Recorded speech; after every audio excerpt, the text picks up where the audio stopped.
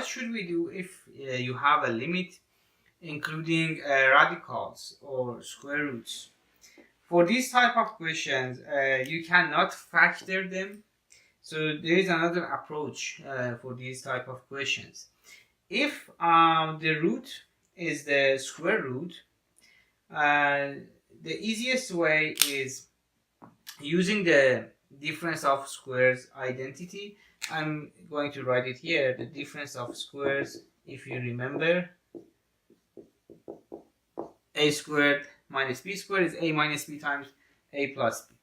And the other thing is that you have to know that these two brackets are called the conjugate of each other. So if I name this term a and this for b, so I will have a minus b, which you see it here. So I need a plus b to make this identity here. So let me write it down. I will have the limit of, just repeat the x minus 9 and repeat the whole question.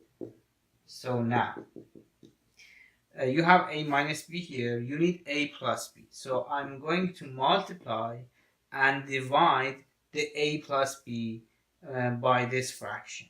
So basically I have root x plus 7 instead of minus. I will have, instead of minus, I will have plus 4. And just repeat whatever you wrote in the numerator, write it down in the denominator as well. So root x plus 7 plus 4. Okay, so now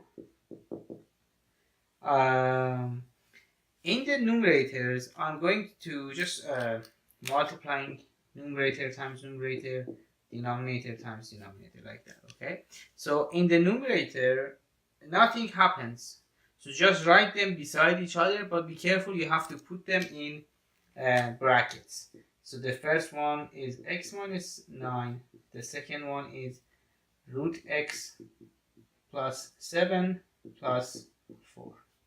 Now in the denominators you have this. Why? Because this is a minus b and this is a plus b, which is here. So instead of that, I can replace the right side of the equation with the left side. So this is a squared minus b squared. A squared is x plus 7. The root is gone.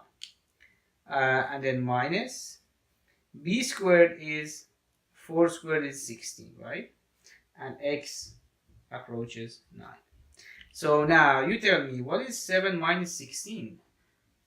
Yes, negative 9. So that's x minus 9, and this is x minus 9 as well. So I can cancel them out. Very nice. So now what you have to do after simplifying the function, you can just substitute. If I substitute 9 into the equation here, I will have 9 plus 7 is 16, so it's root 16 plus 4, and you know that root 16 is 4, so the answer, the final answer is going to be 8. So at the beginning, if you substitute in the beginning, you will have 9 minus 9, which is 0, and 9 plus 7 is 16, root 16 is 4, and 4 minus 4 is again 0. So that's why we did all of these, because in the beginning, if you just substitute 9, you will have 0 over 0, which is undetermined. You cannot say 0 over 0 for the answer of the question. So that's why we did all of these simplifications to just find the answer.